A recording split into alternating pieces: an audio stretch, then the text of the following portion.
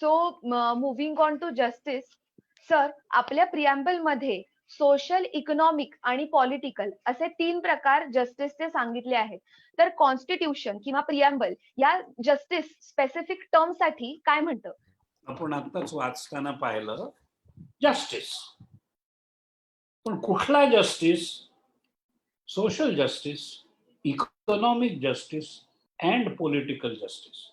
हे 3 फक्त तऱ्हेचे न्याय आम्ही प्रत्येक माणसाकरता सिक्युअर करू, असं त्यांनी म्हटलेलं आहे. याच्या पलीकडे काही म्हटलेलं नाही.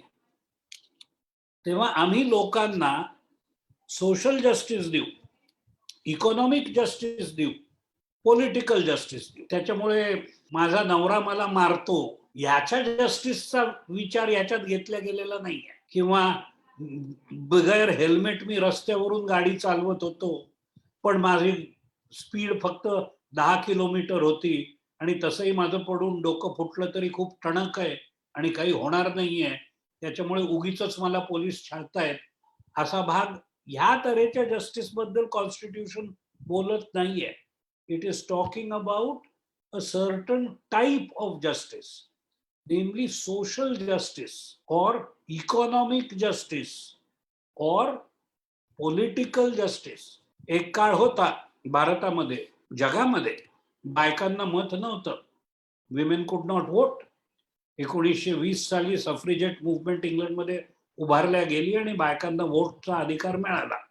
पॉलिटिकल जस्टिस, पॉलिटिकल जस्टिस आज जर का जशी मागणी आहे आणि ग्रामपंचायती वगैरेच्या बाबतीत ते झालेलं आहे, स्त्रियांच्या करता 33% रिझर्वेशन द्या सीट्स मध्ये, किंवा SC ST लोकांकरता वेगळ्या सीट्स राखून ठेवा, अशा तऱ्हेचं जे आहे हे पॉलिटिकल जस्टिसचे भाग आहेत. सो दॅट तुम्ही सर्व समाजातल्या वेगवेगळ्या कॅटेगरीजच्या लोकांकरता, मग स्त्री पुरुष असो किंवा सवर्ण किंवा इतर वर्गाचा माणूस असो, अशा तऱ्हेच्या लोकांकरता जर तुम्ही न्याय देणार असाल पॉलिटिकल क्षेत्रात, तर तुम्हाला पॉलिटिकल जस्टिस म्हणता येतं. इतक्यामध्ये तृतीय पंथाच्या लोकांकरता निवडून येण्याचे राईट्स किंवा त्यांना पोस्ट करता उभं राहण्याचे राईट्स, हे जे आता आपण प्रॅक्टिस करताना बघतो, this is a part of of political justice. आपला सगळा इंडस्ट्रियल लॉ जो आहे, मिनिमम वेजेसचा लॉ, किंवा इतके तास माणसांनी काम करायला हवं, किंवा स्त्रिया आणि पुरुष यांच्यामध्ये नोकऱ्यांमध्ये मतभेद करू नयेत, किंवा इवन रिझर्वेशनचा लॉ रिलेटिंग टू एम्प्लॉयमेंट, सरकारी नोकऱ्यांमध्ये इतक्या सीट्स या कॅटेगरीजला द्याव्यात, त्या कॅटेगरीजला द्याव्यात. इकॉनॉमिक जस्टिसचा भाग दिसतो त्याच्यात. Social justice, economic justice, political justice हे राज्यकर्त्यांनी राज्य करत असताना कशा पद्धतीची दिशा सुधारवायला हवी, कोणत्या पद्धतीचा व्ह्यू घ्यायला हवा, याच्यावर बेस्ड त्यांना ऍक्ट करायला पाहिजे, म्हणून वापरलेले शब्द आहेत. तेव्हा जस्टिस या शब्दाचा अर्थ कोर्टात आपण न्याय निवाडा करतो तो नसून जास्त व्यापक आहे. 2 लोकांमधलं भांडण सोडवणं याच्याकरताही जस्टिसचा रोल आहे, पण तो एक प्रायव्हेट असा तऱ्हेचा वाद असतो आणि त्याचे सोल्युशन हे कायद्याप्रमाणे केल्या जातात, नो डाऊट, पण ते प्रायव्हेट असतात.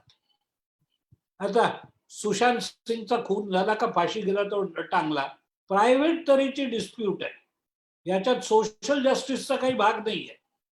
पोलीस चांगले वागतायत का वाईट वागतायत याच्यात सोशल जस्टिसचा भाग येऊ शकतो, पॉलिटिकल जस्टिसचा भाग येऊ शकतो कदाचित. आपण जेव्हा प्रिअम्बल मध्ये जस्टिस या शब्दाचा अर्थ पाहतो, तेव्हा we are looking at how the state is expected to deliver justice, either social बाबांमध्ये, इकॉनॉमिक बाबांमध्ये किंवा पॉलिटिकल बाबींमध्ये. यांच्यामध्ये विचार करताना स्टेटनी काय करावं, स्टेटनी लोकांना या 3 बाबतीत जस्टिस द्यावा असा दंडक आहे आणि तो एक्सप्रेस केला गेलेला आहे प्रिअम्बल मध्ये. सर, मग जस्टिस या विषयावर मला नेहमी एक प्रश्न पडतो की आर्ग्युमेंट्स आणि एव्हिडन्स ह्या दोनच दोघांना केंद्र मानून न्याय दिला जातो. म्हणजे correct me if I am wrong. पण मग मॉरल्स आणि एथिक्स ह्याचा काही संबंध न्याय देताना किंवा जस्टिस या टर्मला सॅटिस्फाय करताना असतो का? त्याची काय व्हॅल्यू असते याच्यामध्ये? कारण मी सर जुन्या युधिष्ठिराच्या, बलिराजाच्या अशा जेव्हा कहाण्या वाचतो तेव्हा त्यांच्या मते ते एथिक्सला आणि मॉरल्सला जास्त महत्व देतात. मी तर मग हा सॉरी हा बोला. नाही, तर मग मला असा प्रश्न पडतो की ह्या व्यतिरिक्त सुद्धा अजून जस्टिसचा मोठा विचार आहे का? का याच्यावरच जस्टिस मिळणार असं? हा साहजिक प्रश्न आहे. आणि हा तुम्ही वकील आहात किंवा नाही याच्याशी रिलेटेड नाहीये. याच्याबद्दल वकिलांमध्येही, ज्याला आपण ज्युरिस्ट म्हणू, म्हणजे कायद्याचे बद्दल विचार करणारी जी कम्युनिटी असते, ते काळाकोट घालणारे वकील असायलाच हवेत असंही नाही. प्रोफेसर ऑफ लॉ असू शकेल, किंवा कायद्याबद्दल मूलभूत विचार करणारा माणूस असू शकेल, किंवा एखादा धर्मगुरू असू शकेल जो स्वतःच्या धर्माकरता कायद्याचं विश्लेषण करतो. तेव्हा कायदा या शब्दावर विचार करणाऱ्या लोकांनी ह्या पर्टिक्युलर बाबीचा फार फार फार पूर्वीपासून विचार केलेला आहे. आणि तुम्हाला मी थोडक्यात सांगणार आहे. I don't want to go deeper into it.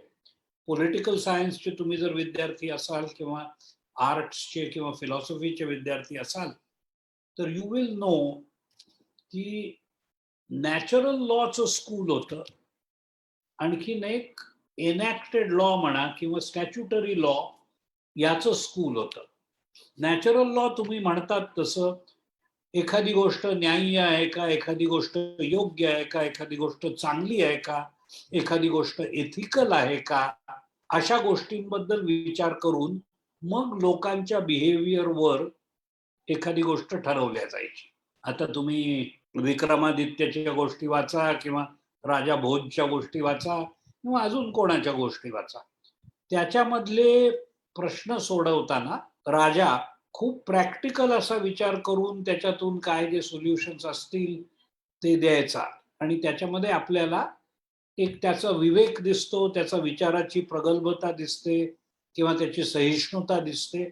अनेक गोष्टींचं उदाहरण आपल्याला लक्षात येतं की हा राजाने हे सोडवताना या गोष्टींचा विचार करून केलं. आता एक गोष्ट आपण नेहमी लक्षात घ्यायला पाहिजे की कायद्याचा सोर्स हा राजा असतो. The sovereign is all source of all power. देश सार्वभौम आहे. We are a sovereign nation. याचा अर्थ काय? याचा अर्थ हाच की कायद्याचा उगम त्याच्यात आहे. तेव्हा राजा भोज म्हणा किंवा विक्रमादित्य म्हणा किंवा अकबर म्हणा किंवा शिवाजी महाराज म्हणा किंवा कोणीही म्हणा, ते जेव्हा न्याय करायला बसायचे तेव्हा त्या न्यायाचा सोर्स ते स्वतः होते. ही स्थिती आज नाहीये. आज आपल्या न्यायाचा सोर्स हे लेजिस्लेचर असतं. मग ते पार्लमेंट असो किंवा स्टेट लेजिस्लेचर असो. कायद्याची निर्मिती ही होते ती लेजिस्लेशनच्या थ्रू होते. आपण कुठेतरी over a period of time we chose between positive law किंवा natural law school and came to statute law, की जो कायदा ऍक्च्युअली पास केला गेला असेल तोच कायदा समजला जाईल. आणि कितीही तुमच्या चांगल्या आयडियाज असतील तरी त्याला कायदा समजला जाणार नाही. तर सुप्रीम कोर्ट म्हणतो आम्ही कायदा निर्माण करणार नाही. हा बदल जो तुम्हाला आणायचा आहे हा पार्लमेंट मधून आणा. पास अ लॉ की homosexuality is permitted in India, असा लॉ पास करा आणि आम्ही त्याला हो म्हणू. पण असा लॉ जर तुम्ही पास केला नाही तर आम्ही त्याला हो कसं म्हणणार? आपल्याकडे नाही का तो अत्यंत मूर्खासारखा लॉ आहे, suicide is not a crime, attempt to commit suicide a crime आहे. पण जो माणूस स्वतःला फासाला टांगून घ्यायला लागलाय तो जर टांगल्या गेला तर काही झालं नाही, तो कायद्याच्या कचाट्यात वागला. पण त्याचा दोरी तुटली किंवा पंख्याचा हुक पडला आणि तो मेला नाही समजा, तर त्याच्यावर तुम्ही फिर्यादी कराल का? कायदा तसा बनलाय म्हणून. What do you do about? खूप पूर्वीपासून मी सांगत येतो लोकांना की राजाराम मोहन रॉय हे थोर होते ते निश्चित आहे. सतीची प्रथा त्यांनी थांबवली, कबूल आहे मला. पण जर समाजाची मानसिकता तशी नसती तर सती जाम थांबली नसते. अनटचेबिलिटी इज अबॉलिश्ड म्हणणारं आपण कॉन्स्टिट्यूशन मध्ये वाक्य लिहिलेलं आहे. 2010 सालचं मद्रासचं जजमेंट आहे. हॉटेलमध्ये शेड्यूल कास्ट शेड्यूल ट्राईब वर्गाच्या लोकांकरता वेगळ्या कप बशा ठेवलेल्या होत्या. त्यांनी त्या कप बशीत प्यायचं आणि बाकीचे लोक पितात त्याच्यात प्यायचं नाही. आपण आपल्या घटनेमध्ये लिहिलेलं आहे की अनटचेबिलिटी इज अबॉलिश. किती ठिकाणी तुम्हाला अजूनही विहिरीवर पाणी भरू नका म्हणून बायकांना सांगितलं जातं की ब्राह्मणाची विहीर आहे किंवा ही सवर्णांची विहीर आहे, इथे तुम्ही यायचं नाही म्हणून. कायद्यात इल्लीगल आहे, पण तरीही आपला समाज हे ऍक्सेप्ट करत नाही.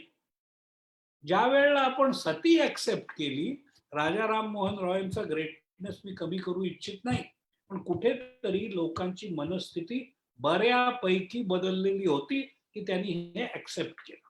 अजूनही अधूनमधून चुकून माकून कोणीतरी सती जातं वगैरे होऊ शकत असेल, पण तो इल्लीगल ऍक्टिव्हिटी होते, त्याच्यावर कायद्याने कारवाई केल्या जाते.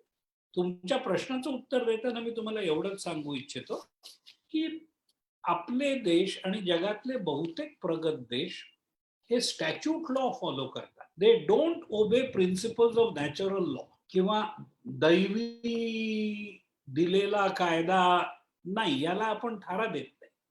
म्हणूनच एखाद्या होली पुस्तकात एखादा कायदा दिला असेल तर तो नेसेसरीली कोर्ट ऍक्सेप्ट करतं असं नाही. As a source of law it is one of the sources of law, पण स्टॅच्युटरी लॉ हा नेहमीच प्रिव्हेल करतो. Specific statute law will have to be implemented. You cannot implement ideas about law किंवा philosophies ज्याच्यामध्ये तुम्हाला वाटतं की कायदा असा असायला हवा किंवा तसा असायला हवा. हा, हे करता येईल केव्हा तुम्ही पार्लमेंटमध्ये ते पास करून घ्याल तेव्हा, तोपर्यंत नाही. त्याच्यामुळे